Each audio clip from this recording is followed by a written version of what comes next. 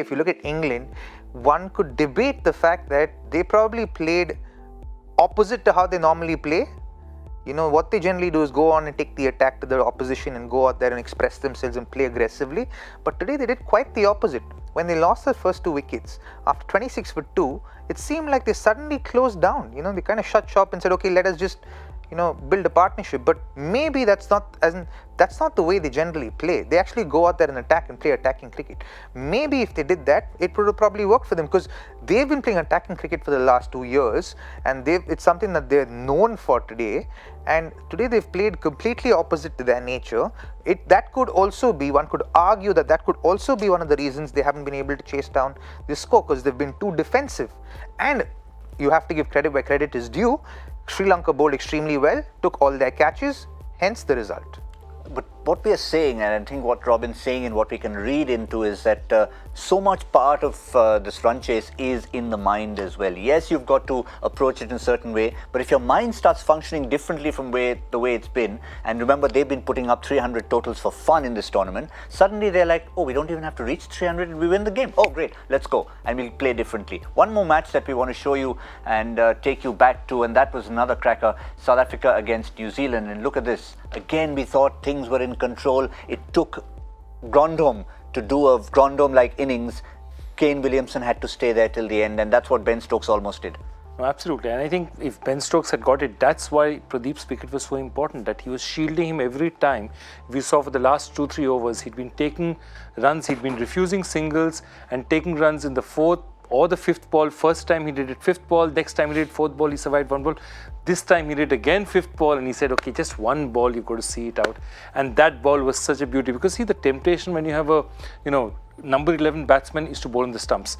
You know, you always hope that you can get an LB or just go through his defenses, but he held it outside off and the batsman just put his batsman bat out for the nick. And these are such important decisions to take, because, you know that the moment the ends change, Stokes is going to have another go. Maybe the target will come down to 10-11, then anything can happen. Let's just show you if the numbers support what our theories were about England taking a different mental approach. And I suspect it probably will, because if you have a look at the progression of their innings and you see that second quadrant, 3.8, first 10 overs, fine. They may not have wanted to lose those 2 wickets, but fair enough, they steadied the ship after that.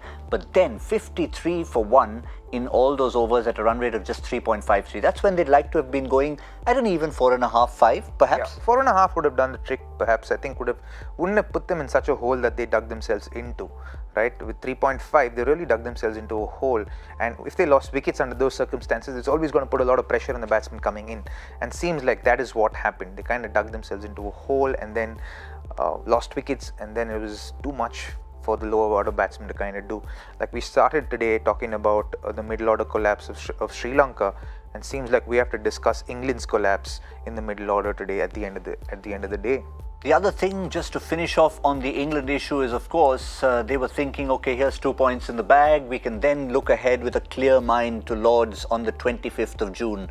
But Jason Roy would have been there. One question, Owen Morgan said, we're not sure if he's still fit for that one or not. James Vince hasn't quite looked the replacement. No, he hadn't looked the part at all. Not yet. Maybe it's just too much to say. He got 26 runs last time.